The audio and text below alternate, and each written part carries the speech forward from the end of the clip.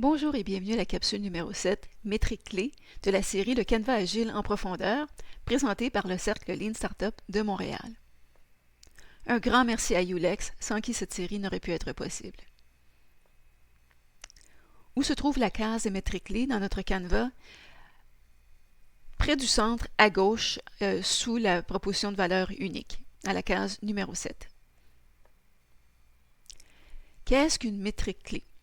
C'est un indicateur de succès qui nous mènera à poser des actions sur des aspects clés de notre organisation. Une métrique peut être quantitative ou qualitative. Quantitative étant numérique, qualitative étant subjective et pas nécessairement numérique. Quelles sont les caractéristiques d'une bonne métrique? Une métrique doit être actionnable, ce qui veut dire que lorsqu'on regarde notre donnée, on doit pouvoir prendre une action ou vouloir prendre une action, soit pour corriger le tir ou pour maintenir le cours.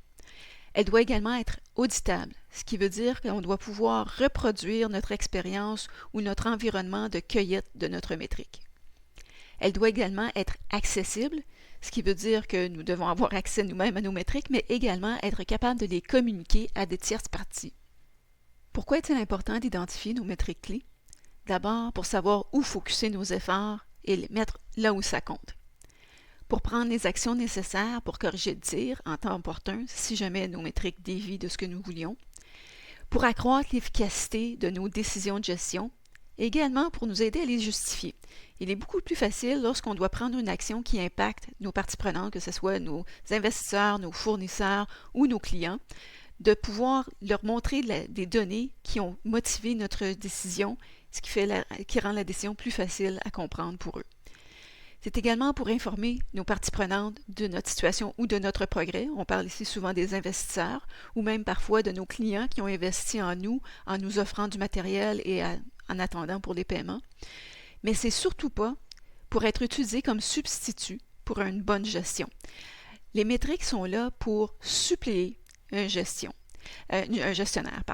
Alors donc, l'intuition de gestion doit primer sur l'utilisation des métriques. Si les métriques nous donnent une direction que notre intuition nous dit ne semble pas bonne, il est important de retourner prendre d'autres données pour nous assurer que, en effet, la donnée était valide.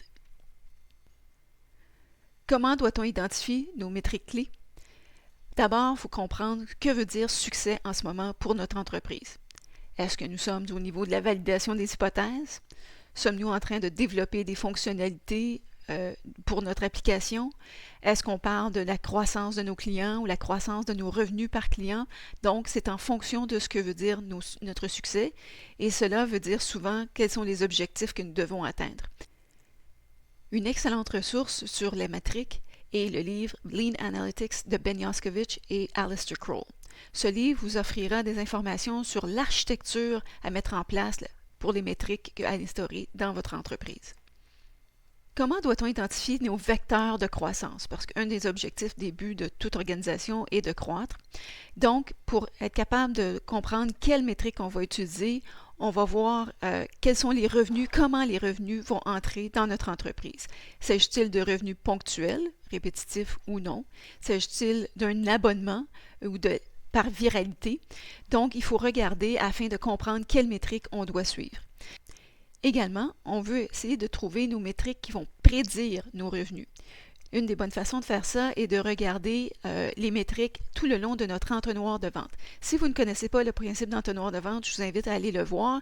Et le principe est aussi représenté au niveau agile par les métriques qu'on appelle les métriques pirates, qui peuvent également vous donner des indications. L'entonnoir, le client va rentrer par le haut de l'entonnoir pour sortir vers le bas, et donc des métriques qui nous permettent de voir la progression d'un client donné à travers cet entonnoir nous aidera à prédire nos ventes qui nous arrivent ici à la fin de l'entonnoir.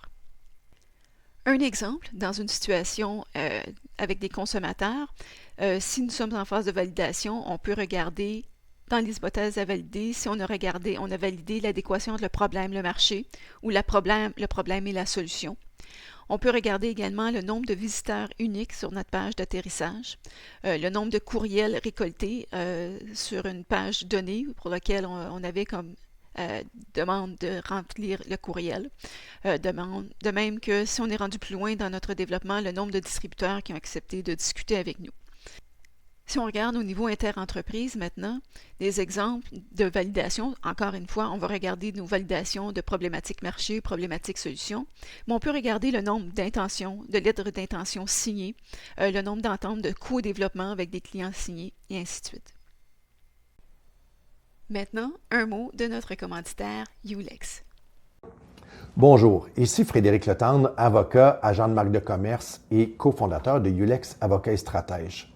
Ulex est un cabinet d'avocats basé à Montréal et à Bromont qui offre aux entrepreneurs et à leurs entreprises, tant au stade start-up, croissance que maturité, des services juridiques stratégiques, pragmatiques et accessibles en droit des affaires, de la propriété intellectuelle et de la technologie, en gros, en droit de l'innovation, tant sur un plan national qu'international.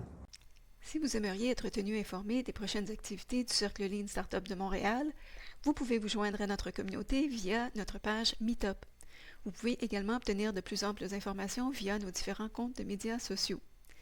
Si vous aimeriez avoir accès à la présentation qui accompagne cette vidéo, vous pouvez le faire via le compte SlideShare du Cercle Lean Startup de Montréal, dont le lien se situe juste en dessous.